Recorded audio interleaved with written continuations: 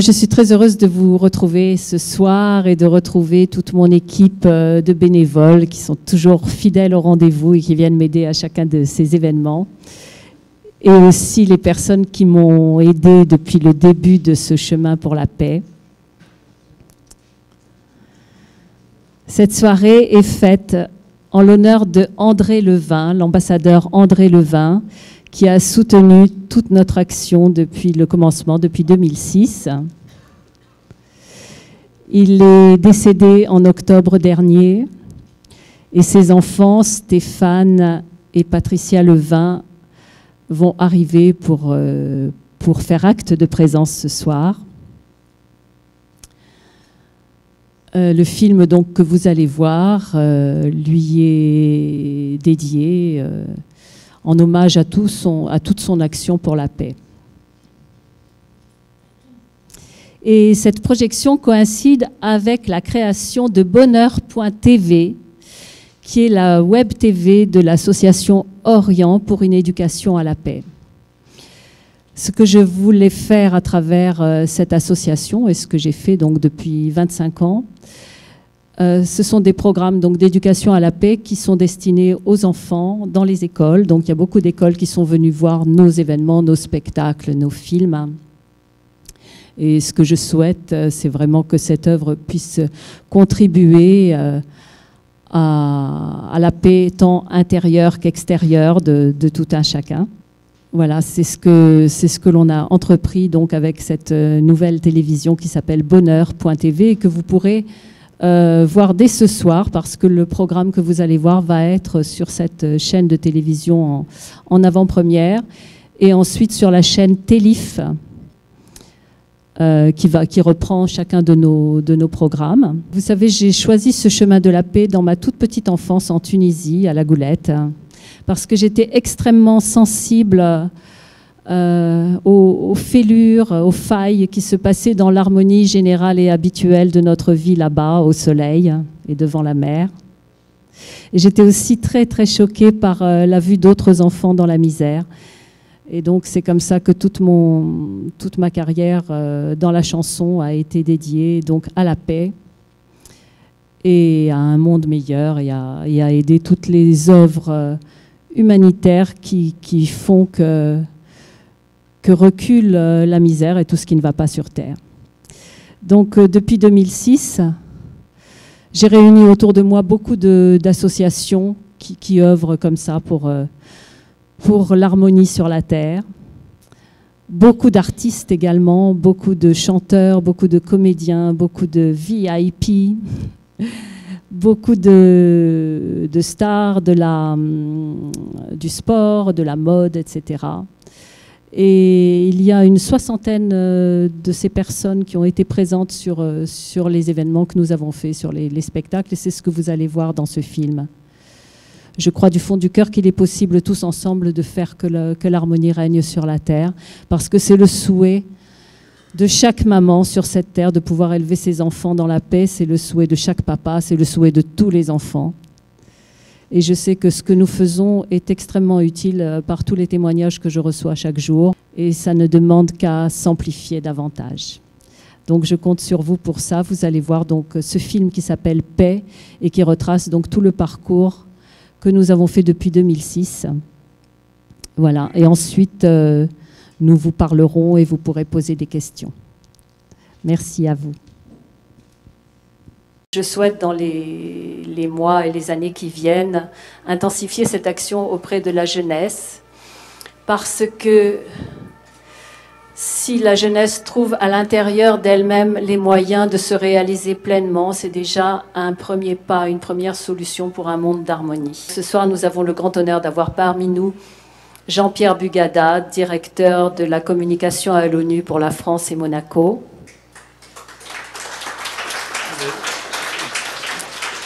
Jean-Claude Baudry, président exécutif de la Ligue universelle du bien public.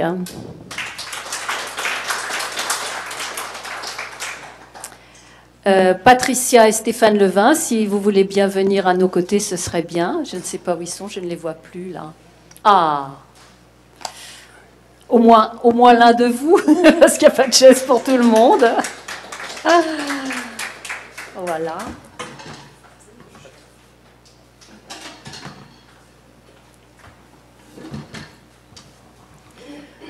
Et beaucoup d'autres aussi sont là, d'après ce que m'a dit Jean-Claude Baudry, mais il nous dira les noms tout à l'heure.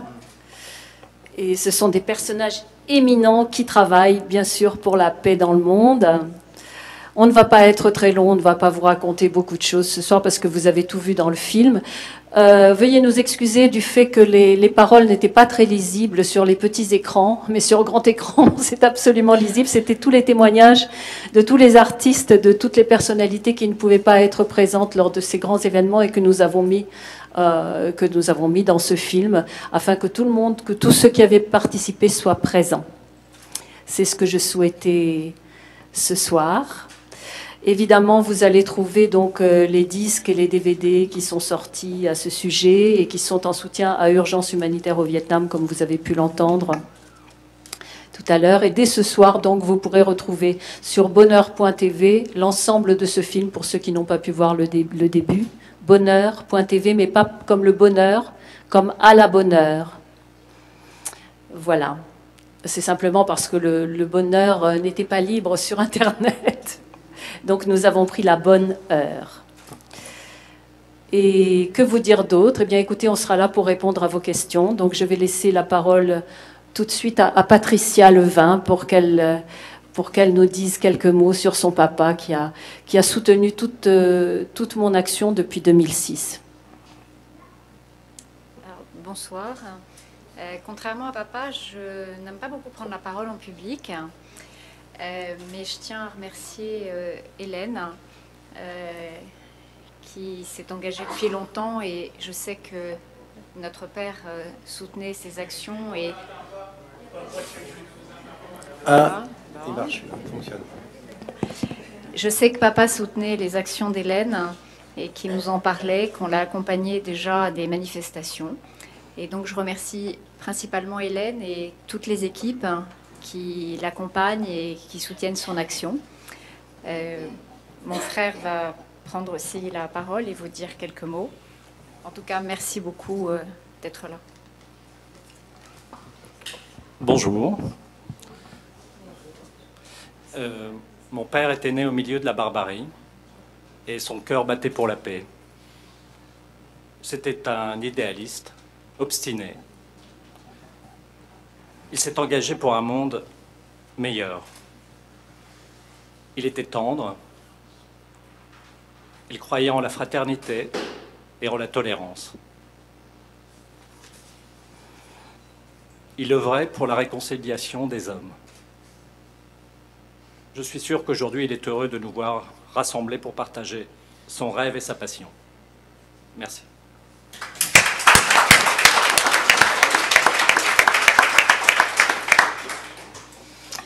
Alors Jean-Pierre Bugada va prendre la parole maintenant. Merci Hélène, merci pour cette invitation. Je suis heureux de retrouver Jean-Claude Baudry à mes côtés.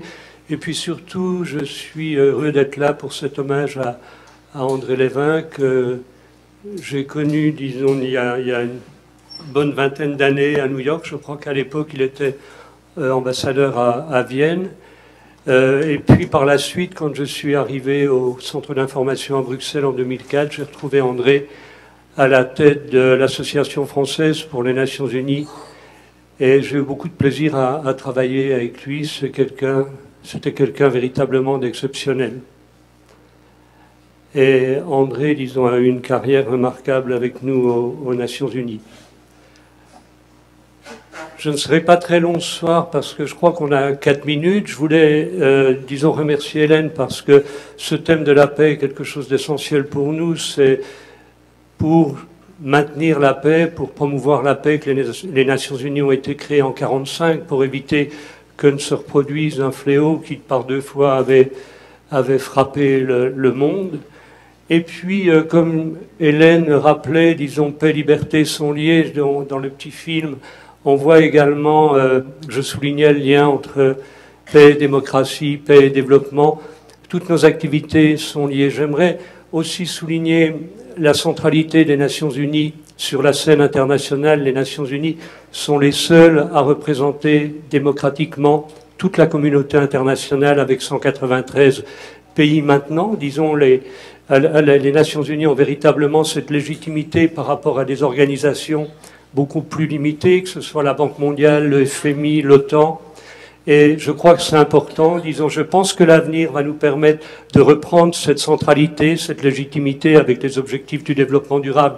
Mais ce n'est pas l'objet de cette intervention ce soir, mais si les Nations Unies sont centrales sur la scène internationale pour traiter des problèmes internationaux, des problèmes globaux, les Nations Unies ont effectivement des mandats, des responsabilités, mais elles ont besoin d'un appui. Et disons, si les problèmes globaux sont globaux, les solutions sont également non seulement globales, mais locales, et nous avons besoin de votre appui, besoin de l'appui de la société civile, des citoyens, de tout un chacun. Et c'est pour ça que je suis ravi d'être avec vous ce soir. Et je sais, parmi vous, il y a beaucoup de membres d'associations ou de représentants d'associations. Donc je pense que ma place est tout à fait appropriée ici ce soir. Merci encore, Hélène.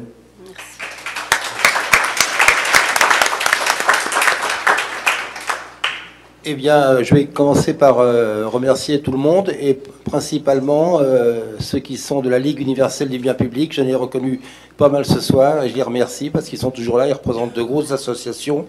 Alors, je voudrais joindre, pour qu'ils nous disent quelques mots, d'une part, Jean-Luc Sens, qui est le président donc, des victimes des essais nucléaires. Ensuite, Bernard Sock, qui est le champion, qui a été champion du monde 8e dan de Kung Fu et qui est le représentant des Chinois de la Chine populaire en France. Et pour terminer, notre grand chef là-bas, Guillaume Carle, qu'on connaît depuis de nombreuses années, et donc qui représente les peuples autochtones du Canada, dont je suis l'ambassadeur auprès donc l'ONU. D'autre part, et je remercie tous les responsables d'associations, notamment Muriel Poulain qui est responsable des associations de HEC. Ensuite, j'ai vu également Monique Bourri qui est la présidente des ONG de l'ONU, du comité français. Et puis, donc, il y a, j'ai vu... encore, bref, il y en a beaucoup, beaucoup, beaucoup. Donc je vais commencer par donner Jean-Luc Sens, si tu veux venir ici, dire 2-3 mots. Et ensuite Bernard Sock, et puis pour terminer, le grand chef qui va remettre les plumes à notre représentant de l'ONU.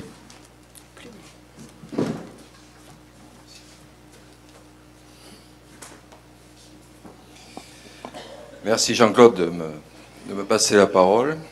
Je vous salue tous. Je connais quelques têtes, pourquoi c'est la troisième fois que j'assiste à une manifestation telle que celle-ci. Je suis effectivement le président de l'association des vétérans des essais nucléaires. C'est une association qui a été créée en 2001 pour regrouper la défense et les intérêts des victimes et des vétérans des essais nucléaires. Ceci englobe évidemment toutes les populations civiles, mais aussi le personnel militaire et le personnel civil qui a travaillé sur les sites d'essais nucléaires. J'ai fondé il y a bientôt 2 ans l'Observatoire du suivi et de l'indemnisation des victimes des essais nucléaires, qui a des vocations internationales, puisque nous nous sommes aperçus au fur et à mesure des recherches et des études que on pourrait presque considérer qu'il y a eu 3 feux au XXe siècle. Il y a eu le grand feu de 14-18, il y a eu le grand feu de 39-45, et il y a eu un 3e feu qui continue à tuer. Les essais nucléaires. Plus de 2200 essais nucléaires répartis sur l'ensemble de la planète. Nous avons actuellement, sur l'atoll de Mururoa, 217 trous, puits, qui risquent de faire s'effondrer totalement l'atoll. Il est sous surveillance, mais si cet atoll s'effondre, c'est 7 kilos de plutonium pur qui vont se répandre dans l'océan. Voilà pourquoi j'ai monté l'Observatoire du suivi et de l'indemnisation des victimes des essais nucléaires, non pas pour remettre le bien ou le mal fondé des essais nucléaires, non pas pour remettre en question certaines études, non pas pour faire front et puis partir en guerre contre ce qui est malheureusement acquis, mais simplement pour essayer de protéger nos enfants, de protéger les populations et de protéger les enfants de nos vétérans qui, malheureusement, par la génétique, subissent certaines pathologies qui sont un petit peu affolantes. Voilà, je me suis présenté. Si d'autres veulent poursuivre la conversation avec moi, j'échangerai mes cartes et ce sera volontiers. Merci.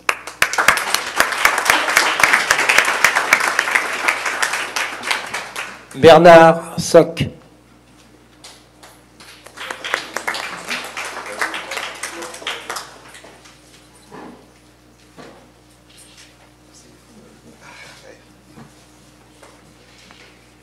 Bonsoir, et merci Jean-Claude, laissez mon parole.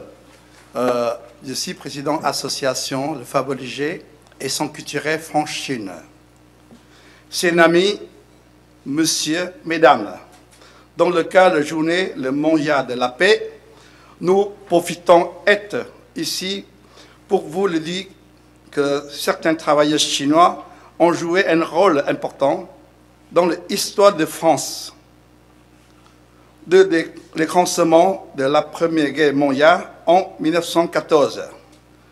Le Grande-Bretagne et la France ainsi que le Allié ont gravement perdu.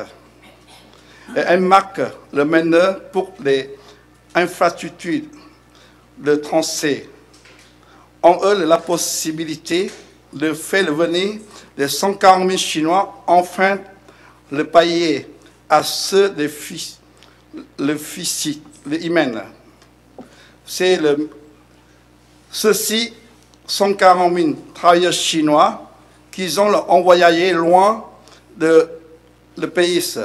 Certes, le sang, les batailles de l'Europe ont été engagés dans le travail, le creuset de tranchées, construit des ponts et des routes, construit des maisons, ainsi que le chargement et déchargement, les munitions, de la nourriture, abattre des arbres.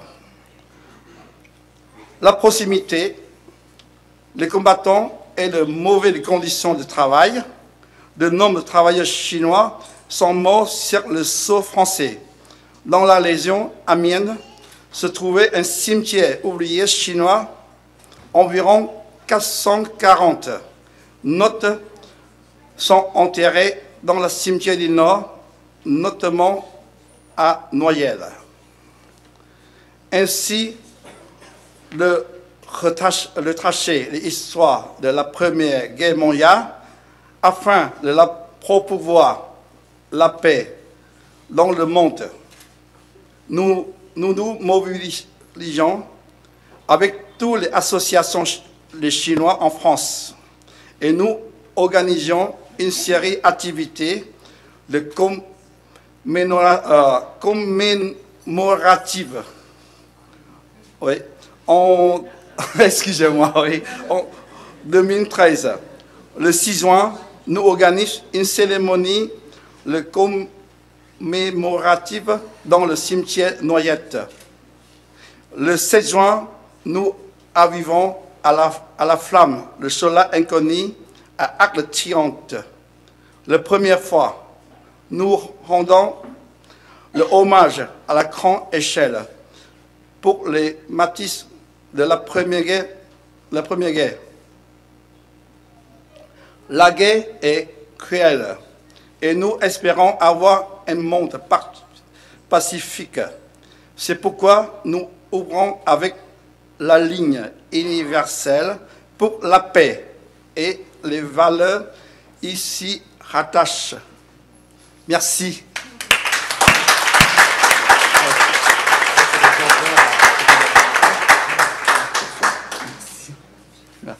Merci.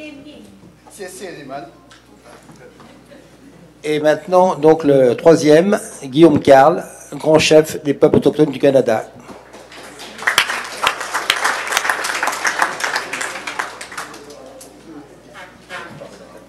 Pas tout de suite, je vais juste dire quelques mots avant, si ça vous embête pas. Mesdames et messieurs, bonjour. C'est évident que je viens d'un long voyage, mais ça me fait plaisir d'être ici avec vous. Je vais parler lentement parce que je sais que parfois mon accent est un petit peu difficile à capter. Ça me fait plaisir d'être ici. Et quand on parle de paix, d'amour, de désarmement et de jeunesse, bien évidemment, les Autochtones que je représente sont très touchés Pour nous, la paix vient du cœur et par la suite, tout s'ensuit. Beaucoup d'Autochtones chez nous, 25 millions d'Autochtones ont été tués. On est encore ici et on est ici pour vous démontrer notre volonté d'être capable d'assister à un autre peuple, qui sont nos cousins de loin, qu'on a acceptés il y a plusieurs années dans mon pays. Ça me fait particulièrement plaisir d'être ici ce soir avec vous autres pour vous communiquer une histoire sacrée qui s'est passée chez nous et dont je vous partage et communique l'intérêt de cette histoire ici avec votre leader. Il y a beaucoup d'années passées, au Canada, il y a eu un conflit entre les Sioux et les Cris. C'était un conflit incomparable. C'était tellement abusif qu'on tuait les femmes, les enfants. Les deux nations se sont battues dans un combat incroyable. Et finalement, les sages et les chefs se sont levés et se sont réunis des deux nations. Et en sont arrivés à une façon de régler le conflit avec leur cœur. Et par la suite, tout a suivi. Pour arrêter et stopper les abus, les deux nations ont échangé leurs enfants. Et ont dit, on doit stopper les tueries, parce que quand on va s'en aller dans les communautés des autres, c'est nos enfants, nous, qu'on va tuer. Chikanadanegueko. Ça veut dire merci à vous autres. Merci à vous de prendre votre temps pour écouter, parce que quand on écoute, on apprend. On m'a demandé d'apporter ici quelque chose de spécial pour un homme spécial. Initialement, on m'avait parlé d'un bâton de parole, et je n'ai pas trouvé que le bâton de parole pourrait refléter et apporter une dominance à celui qui porte la plume. Chez nous, les Autochtones, celui qui porte la plume, c'est la personne ultime. La plume ici que je vais remettre est composée de 4 plumes noires pour les 4 directions sacrées, afin que le porteur de ces plumes ici soit éclairé par nos 4 directions sacrées. Au nord, la sagesse, nos aînés. À l'est, la vérité, la direction de l'aigle. Au sud, la collectivité, à penser à nos femmes qui portent, protègent et donnent la vie. Et les enfants. À l'ouest, et la raison que les 4 plumes sont noires, c'est la fenêtre de la guérison. On doit apporter de la guérison avant de vouloir apporter de la paix. Parce que tant qu'on n'est pas guéri, on ne peut obtenir la paix.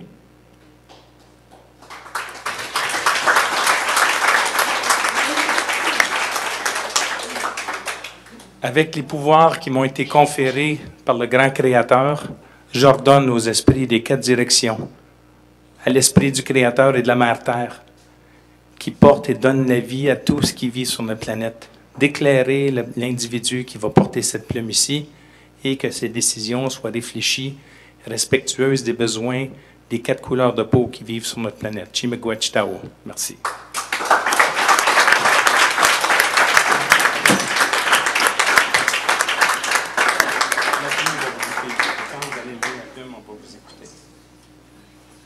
D'accord.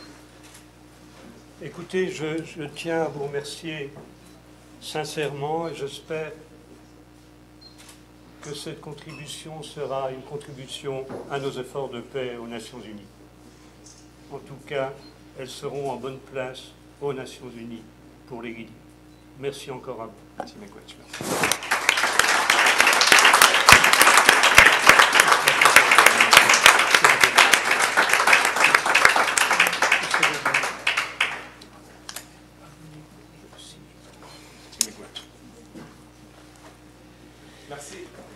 Merci.